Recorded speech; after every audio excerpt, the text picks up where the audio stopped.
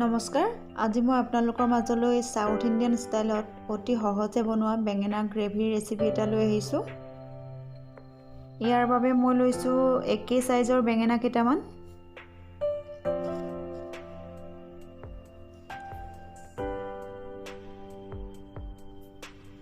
এতিয়া মই বেঙেনা কেইটা চাৰিফালকৈ কাটি ল'ম।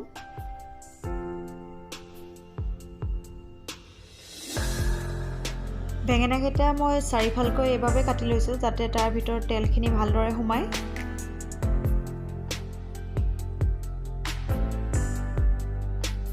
কাটি লোৱাৰ পিছত মই বেঙেনাখিনি মাজত চাই লৈছোঁ। কেতিয়াবা কি হয় ভাল বেঙেনাৰ মাজতো বেয়া ওলাই যায় আৰু মই ঠাৰিখিনি মই ইয়াত কাটি নিদিওঁ, নহ'লে ফ্ৰাই কৰাৰ পিছত বেঙেনাখিনি একেবাৰে পমি শেষ হৈ যায়।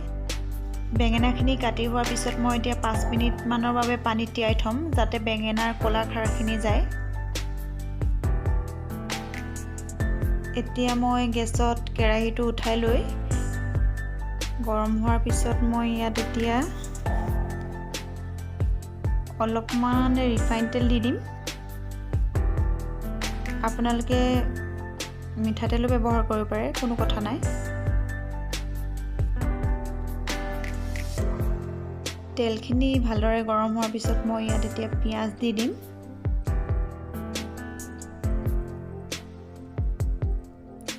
নহৰু 8 ফুটামান দি দিছোঁ।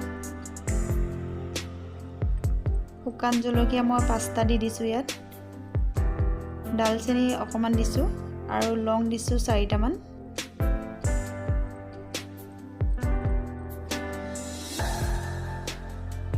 ভালদৰে মই লৰাই দিছোঁ যাতে পিঁয়াজ নহৰুখিনি ভালদৰে ফ্ৰাই হয়।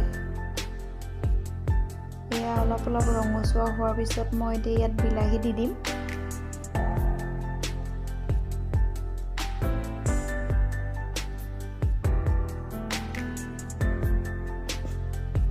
এতিয়া মই 2 চামুচ দালি দি দিছোঁ।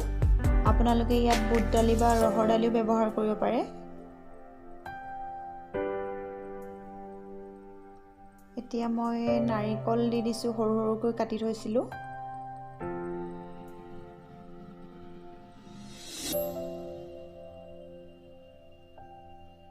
ধনিয়া পাত কেইটামান দি দিছোঁ আৰু এইখিনি ভালদৰে লৰাই দিছোঁ।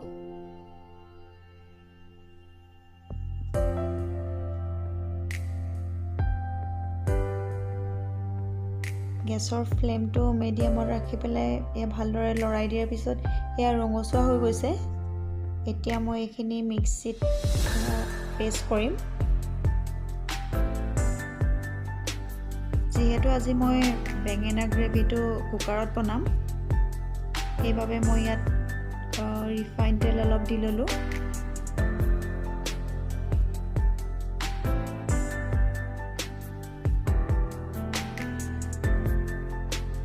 ৰিফাইনখিনি ভালদৰে গৰম হোৱাৰ পিছত মই এতিয়া ইয়াত মিহিকৈ কাটি থোৱা পিঁয়াজ দি দিছোঁ।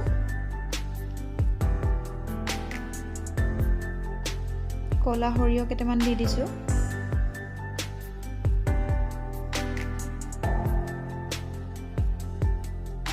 আৰু শুকান নৰসিংহ পাত কেইটামান দি দিছোঁ। আপোনালোকে যদি বেয়া পায় নৰসিংহ পাতখিনি স্কিপ কৰিব।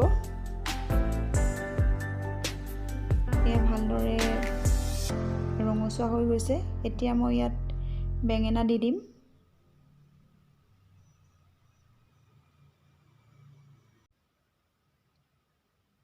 ভালদৰে লৰাই দিছোঁ যাতে সকলো ফালে তেলখিনি সোমায়।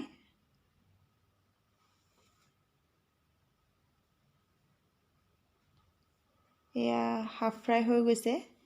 এতিয়া অথনি প্ৰেছ কৰি থোৱা নাৰিকল বিলাহীখিনি এতিয়া ইয়াত মই দি দিছোঁ।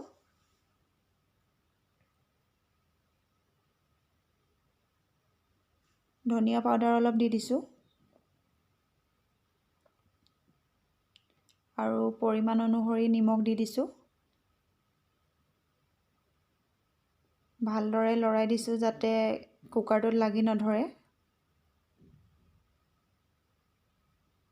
এনেকৈ মই 5 মিনিটমান মিডিয়াম ফ্লেমত ভাজি আছোঁ। তাৰপিছত মই পানী অকণমান দি দিছোঁ।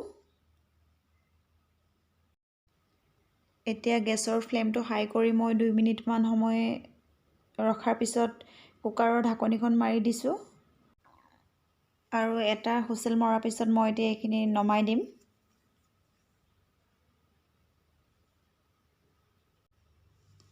এয়া এতিয়া সম্পূৰ্ণকৈ খাবলৈ ৰেডি হৈ গৈছে।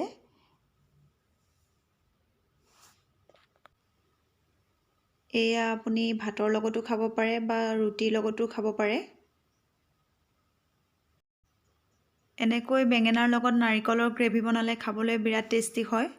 আপোনালোকেও এবাৰ বনাই চাবচোন আৰু বনাই খাই ক'ব কেনেকুৱা পালে। নিশ্চয় আপোনালোকেও ভাল পাব।